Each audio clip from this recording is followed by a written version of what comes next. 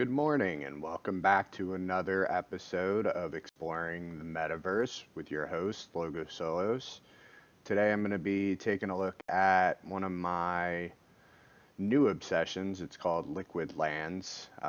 Me and the homies have been getting down on this. It's a game that's a little bit of a co-op with your own factions, as they're called. And what you can do is you can go in and attack other NFT projects and, compete for land across the globe. And one of the things that you can do is power up your NFT profile pics and then use that to either defend a territory or attack another territory. And let's get started. Okay, so let's just go through the guide real quick, just to give you guys a good idea of what you're looking at. Following the Great Gas Wars of 2021, the chain was left reeling. Factions had emerged, competing for scarce resources the land provided. Punks, apes, toads, and other powerful factions swarmed these lands, scrambling to grab the precious bricks they contained. They were known as the Explorers. Hey, everything had to be rebuilt. The bricks would be essential for doing this. It would become the base element for everything that came after, but competition was fierce, and getting these bricks was difficult. Land could no longer be controlled for long. No sooner it was captured than it would be lost to another attack. Explorers needed to keep land longer so they would have time to harvest raw bricks from it. Then a discovery was made. Raw bricks could be made into power bricks. This bestowed incredible strengths to their explorers. They could now attack and defend with more ferocity. This would help them harvest even more bricks over time. What's more, once minted, these bricks could be traded between explorers. This opened up a world of possibilities, allowing these precious resources to be passed to those who needed it the most. Rumors circulated that more discoveries were on the way. What else could bricks make? What could they be minted into the future to build this new world? Bricks captured the energy, time explorers had used to get them. This phenomenon became known as proof of play. Only the strongest explorers would rise to the top. Only the best factions would dominate the land. It would flow between them like water, and so this place would be known as LiquidLands. So, how to play? Playing LiquidLands is very easy. Just follow these steps. Capture land with explorers, harvest raw bricks, mint power bricks, and strengthen your explorers. Capture land with your explorers. These NFTs you own in other collections such as Cryptodes, Bored Apes, and many others. Harvest as many bricks as you can from the land you control. Some lands produce more bricks than others. Mint power bricks from raw bricks you have harvested. Once you turn one raw brick, you can turn into a power brick on Ethereum or Polygon. Strengthen your explorers by adding power bricks to them. This will give them more attack and defense points and will increase their odds of winning battles. Your game characters. Explorers are game characters you play the game with. They are NFTs you already own in popular collections such as Bored Apes, CryptoPunks, and many others. We do not sell or mint explorers ourselves. We only use NFTs from other collections. You capture land with your explorers and defend that land with them. You harvest bricks from the land your explorers control. You can only control one land tile at a time, so you will have to use as many explorers if you want to control a lot of land. Strengthen your explorers with power bricks. This will give them more attack and defense points and will increase their odds of winning battles and keeping land. Bricks can be removed from an explorer after a certain amount of time. Points are capped to 500 currently. Hundreds of collections have been added to LiquidLands already, so chances are that you already have explorers that you can play with. If there is a popular collection we haven't added yet, just request that from us in the Discord. Now we'll list all of their links below. If you sell an NFT externally, then it will automatically be removed from your list of explorers, and any power bricks you assign to them become available again for you to use. Attack points are essential for capturing land. The more attack points you have, the higher odds of winning an attack. Defense points are essential for keeping the land. Other people will attack you all the time. If your defense points are too low, then you will lose land before you are able to harvest bricks from it. Factions are part of collections that the Explorer NFT is a part of.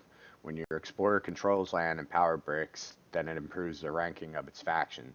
So you want to support your favorite NFT project, then use their NFTs as your Explorers.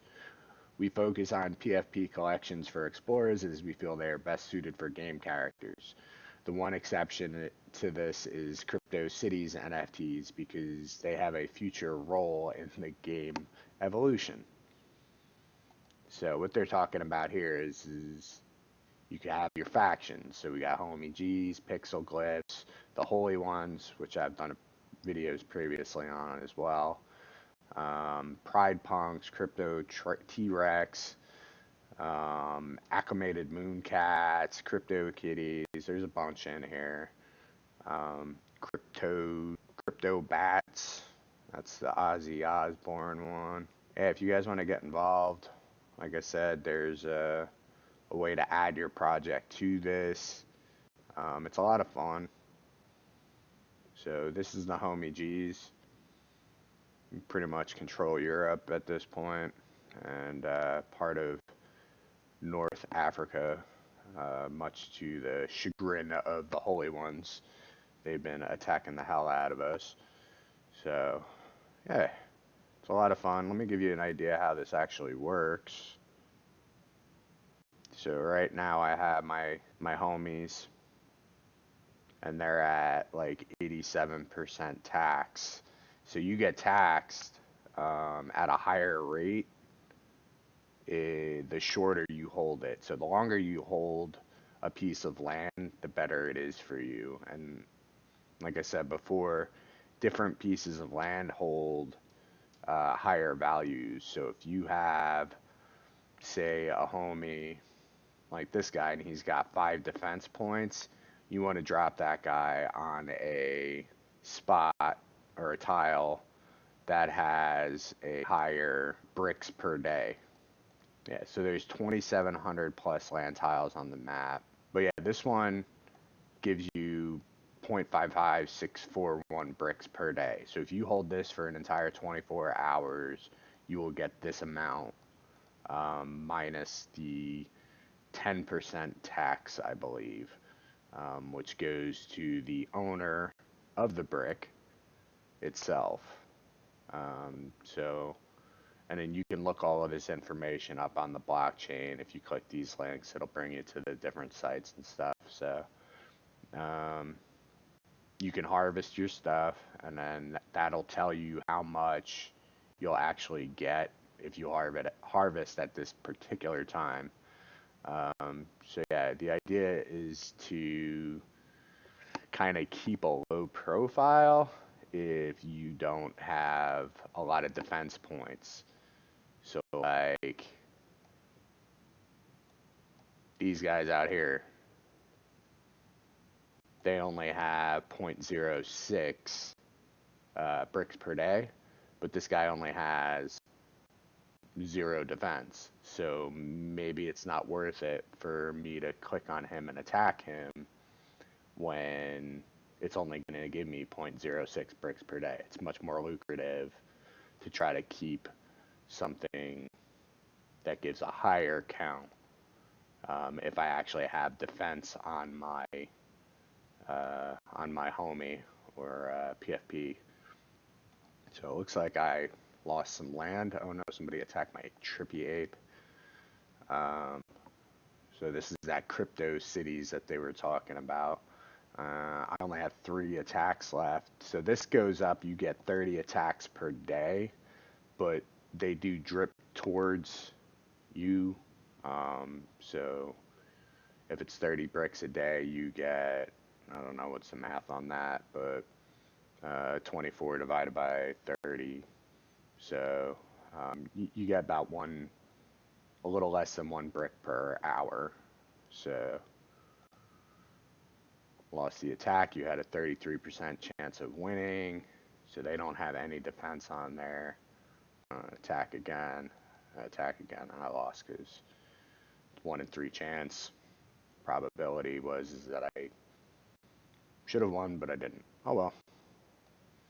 Try again later. So the other thing that you can do, as I was talking about it before, is you can actually create power bricks. So these are all the bricks that I've created, and then you can assign them to your PFP. If you want to create a full defense brick, so I have enough, this will use 2 raw bricks. So for each point that you use initially, you get 1 raw brick, and then after that, each extra point you use will give you, or you get an extra point for each 0.5 raw bricks. So I have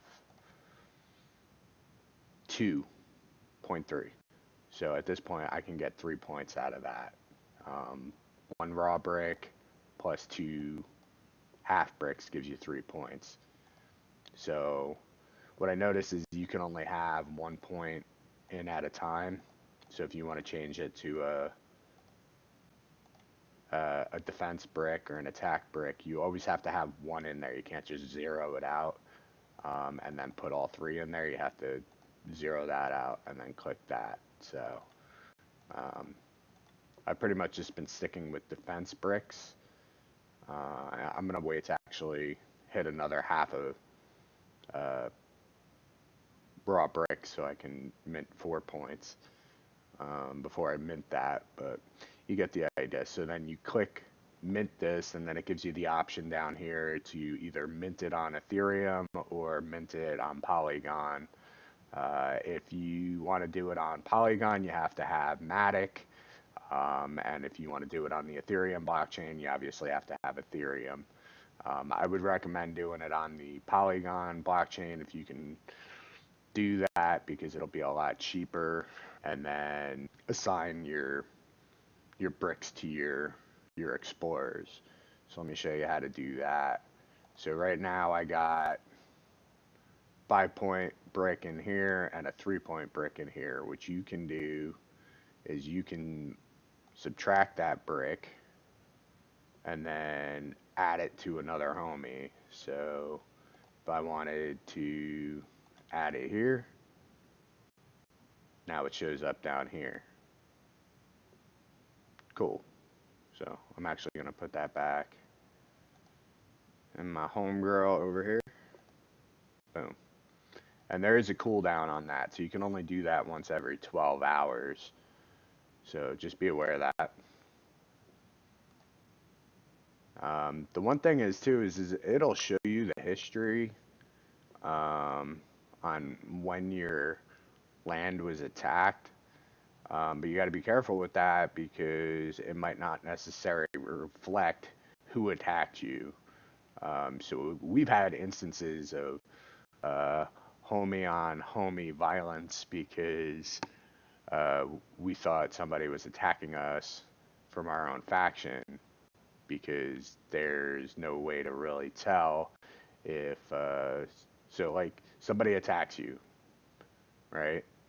And then another homie comes in and attacks them. You go back in your history and then you click back on there and all you see is a homie there, and you're like, what happened? Did I get attacked by my homie? Or did somebody attack me and then my homie attacked them and defended me? So just be aware of that. You don't want to be attacking your own guys, because this is a cooperative game. And yeah, so we got the Holy Ones pretty much control Africa and a couple of tiles inside of Europe, because they like messing with us. That's what happens when you're on top. I noticed that we get attacked quite a bit because we have the most amount of land at this point. Yeah. And then we got the pixel glyphs. They've taken a different approach. They just kind of spread out across the globe, which might be a good strategy, because it's like trying to nail jello to the wall. You never know where they're going to pop up. And then we got the pride punks. they look like they're taking a similar strategy, just being all over the map. Crypto T-Rex looks like they control all of South America and most of Australia and some big parts of, what is this, Greenland? Iceland? I can never remember. Greenland. So, what else we got? Mooncats, they're all over the map. Crypto Kitties, again, they're creeping into South America, lots of places over here in the east. So the other thing that you can do is you can actually purchase land. And if you're a landowner, you get the taxes from said land. You can actually buy the land and then own it, and then you gain passive raw bricks from buying the land. With the raw bricks, you can create power bricks. So, might be a good opportunity for you to do that. So that's pretty much it. I just wanted to share that with you guys. It's been a lot of fun. It's a little bit of a daily grind for me now. Uh, we're always talking about it in the Discord, like, oh shit, we got attacked. We got to go get Europe back, you know. So it's a lot of fun. All right, guys. So that was it for our episode of Exploring the Metaverse. That was LiquidLands. I'll post all the links below if you want to check it out. Of course, do your own research. This is not financial advice, just giving you an idea of what's out there. If you want to subscribe and like my page, I definitely appreciate it. Big shout out to you guys that have already subscribed. You got me to the 100 subscribers that I needed to change the URL up top there, so that was a big help. Next milestone is 1,000 subscribers, so please tell your friends about me. I'd really appreciate it. And like always, I'll see you in the metaverse.